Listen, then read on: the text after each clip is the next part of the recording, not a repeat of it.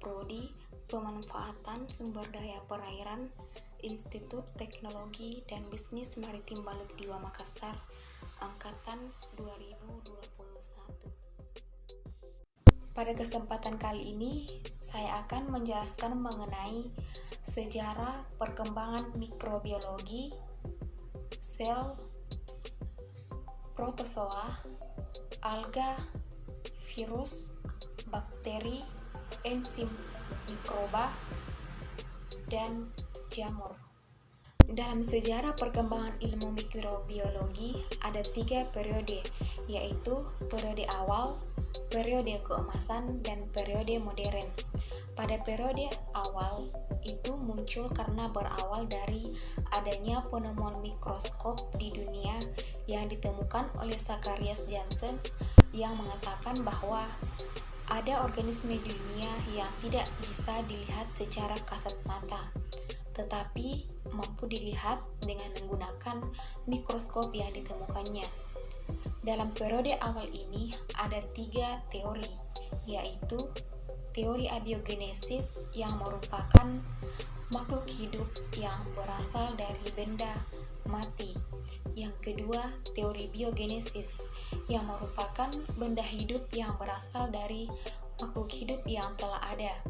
Kemudian teori ketiga yaitu teori kuman penyakit yang menyatakan bahwa mikroorganisme dapat menyerang organisme lainnya dan dapat menyebabkan penyakit. Periode keemasan atau periode kedua dalam sejarah mikrobiologi, pada periode ini sudah mulai mengalami perkembangan dengan adanya berbagai penemuan mikrobiologi seperti penemuan metode isolasi atau pemisahan oleh para tokoh. Yang kedua yaitu adanya penemuan cawan Petri, sistem penawaran bakteri, dan sistem saring. Periode yang ketiga yaitu periode modern. Seiring dengan perkembangan zaman mikrobiologi berkembang pesat dengan adanya penemuan-penemuan baik dalam bidang kedokteran, pertanian, industri, dan masih banyak lagi.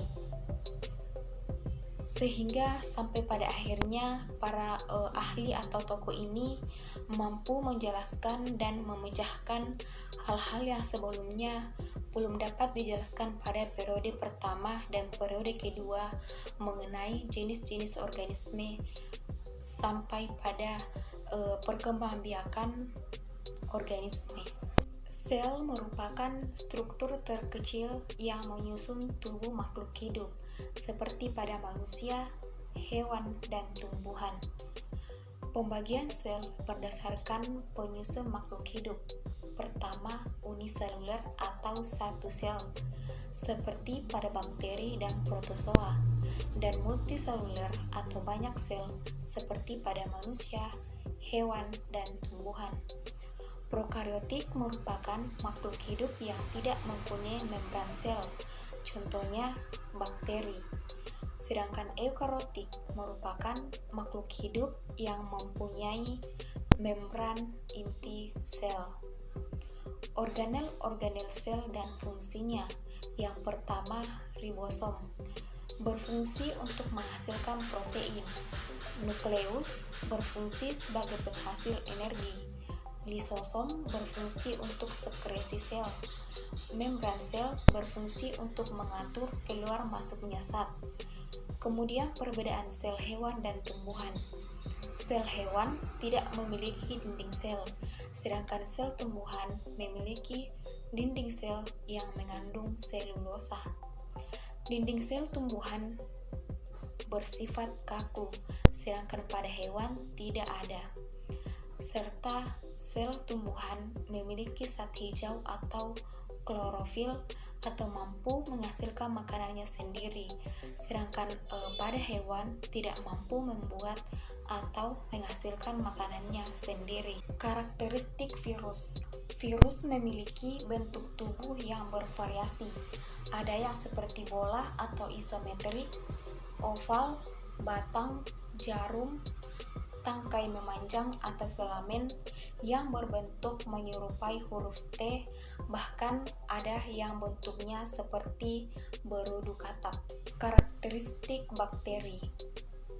Organisme yang memiliki sel tunggal, tidak memiliki membran inti sel atau bersifat prokariotik, serta memiliki ukuran mikroskopik, artinya diperlukan mikroskop untuk bisa melihatnya.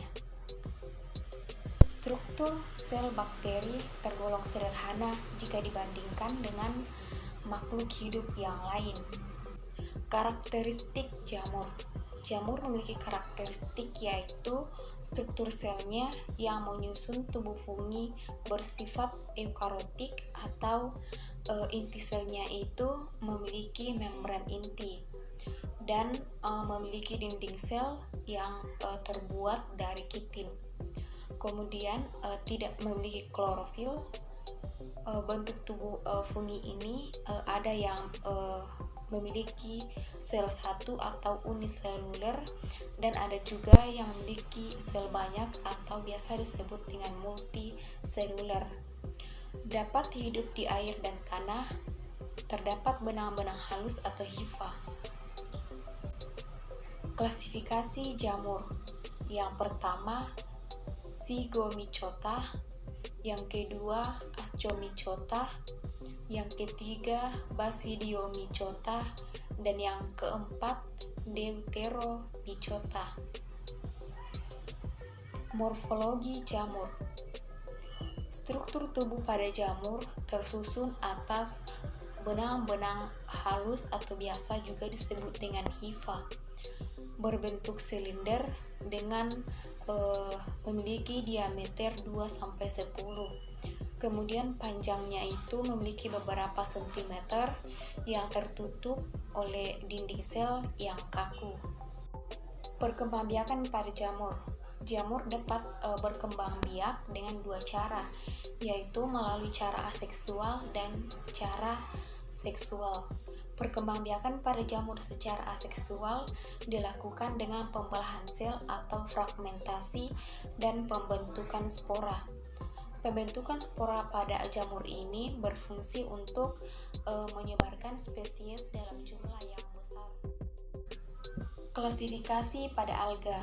Klasifikasi alga berdasarkan kandungan pigmen dominannya terbagi menjadi 5. Yang pertama, Chorophyta atau alga hijau. Yang kedua, Phaeophyta atau alga coklat. Yang ketiga, Rhodophyta atau alga merah.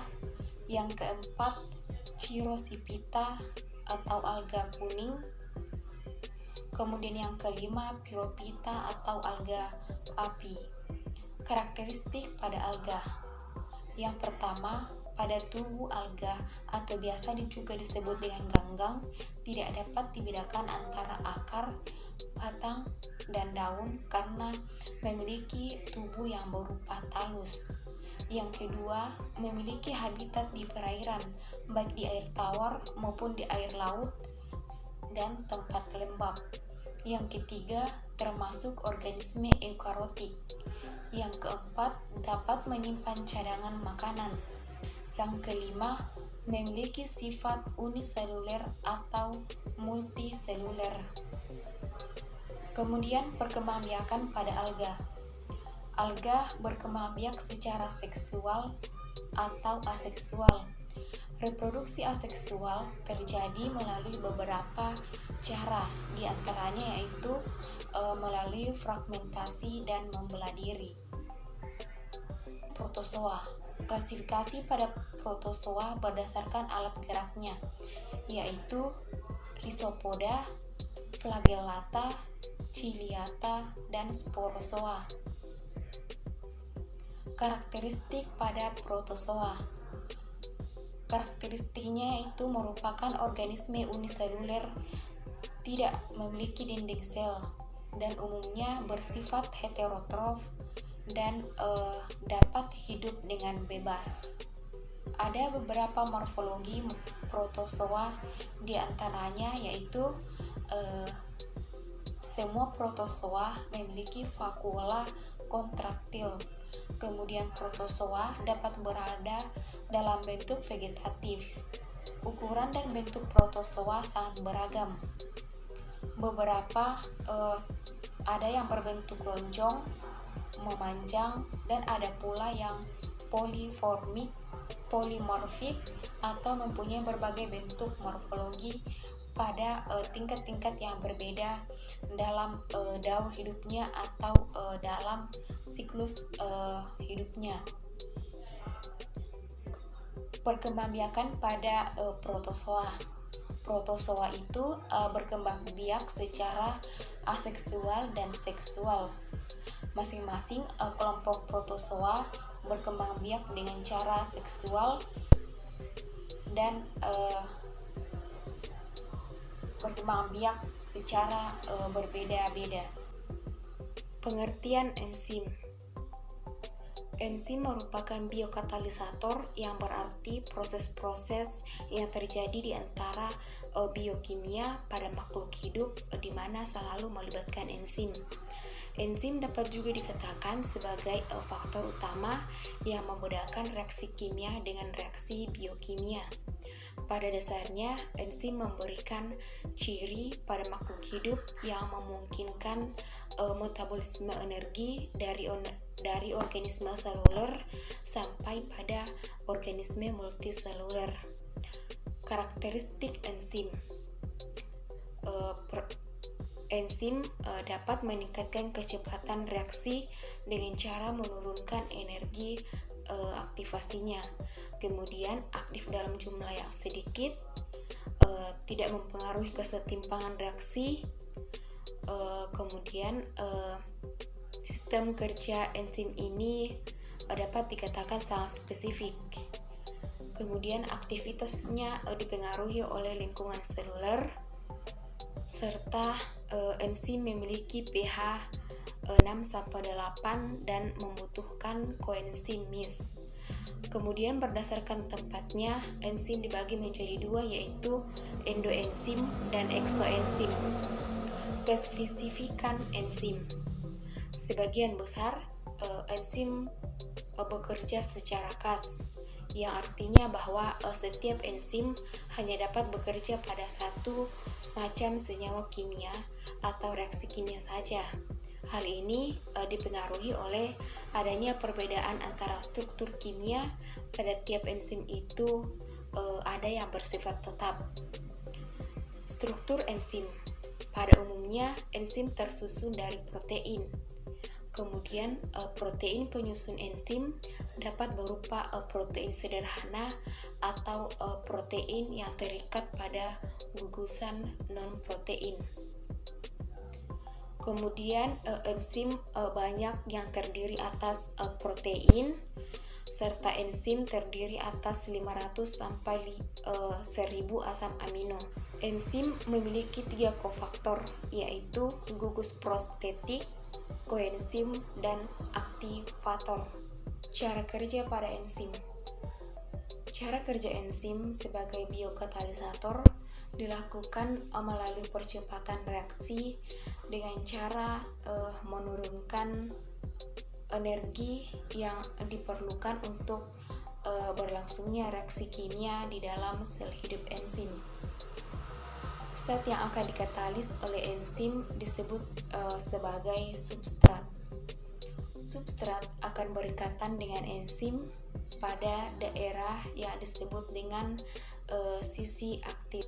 Mekanisme kerja dasar enzim ada dua, yaitu induced feed, di mana enzim yang diibaratkan dapat melakukan penyesuaian bentuk untuk berikatan dengan substrat. Kemudian lock and key, di mana enzim diibaratkan sebagai gembok dan substrat diibaratkan sebagai kunci. Mekanisme kerja enzim lanjutan. Biasanya enzim ini antara kerja enzim dan substrat terjadi kompleks antara enzim tambah substrat. Setelah terjadi reaksi katalitik akan dibentuk enzim dan produk yang akan terpisah.